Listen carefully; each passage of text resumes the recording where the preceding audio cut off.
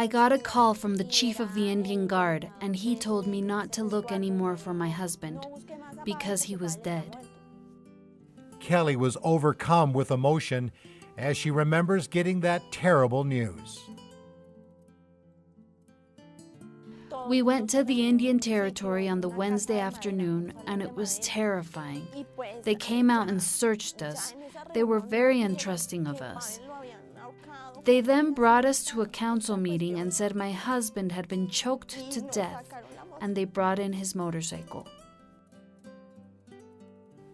That same day, two brothers, nephews of the chief, confessed to murdering Pavel, but they refused to say why.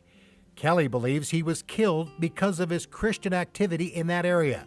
According to Sammy Hernandez of Columbia Para Cristo, the brothers had been watching Pavel for months and says, nobody studies somebody for 5 months just to rob a cheap used motorcycle, even less to torture him with the Christian books in his backpack. He had many enemies in the region. Pavel had been strangled with the strap of his messenger bag. During the meeting on the Nassau Reserve, the men who killed Pavel were there, and Kelly was given the opportunity to confront them. I was filled with so much anger towards them.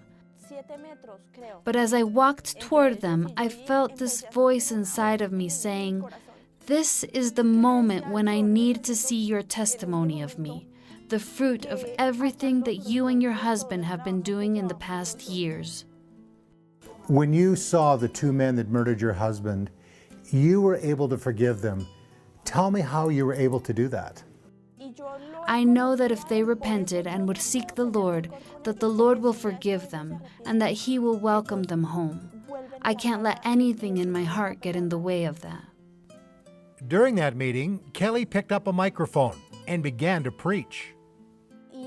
I don't know how to explain it, but in that moment they had this microphone there and I grabbed it and I began to preach. I still don't know how I did it. I know the Lord gave me the words to preach in that village. I began to speak about repentance and having a clean walk before God and coming before the Lord.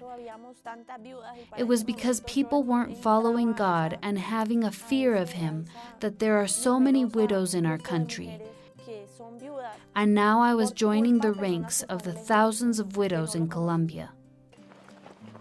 A few days later, Kelly, accompanied by hundreds of people, went to recover Pavel's body in a swamp in the remote jungle.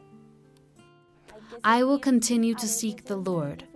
It's very difficult, this walk without Pavel.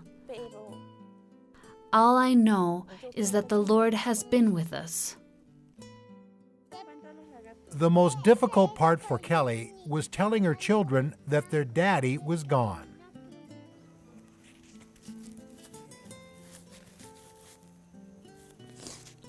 I told them he wasn't coming back home, that he would never come home again.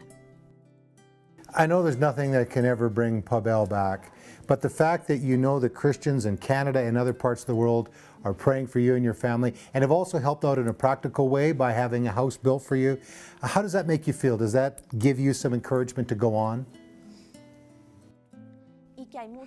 Yes, it is encouraging to me, because sometimes it seems there is greater darkness than light.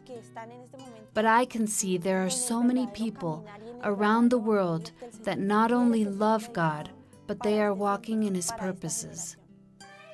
Even though she was grief-stricken following the death of Pavel, Kelly knew that their ministry would continue. The first thing the Lord had me do was to go back to that very same village with boxes and boxes of Bibles and to preach with the same intensity that my husband did.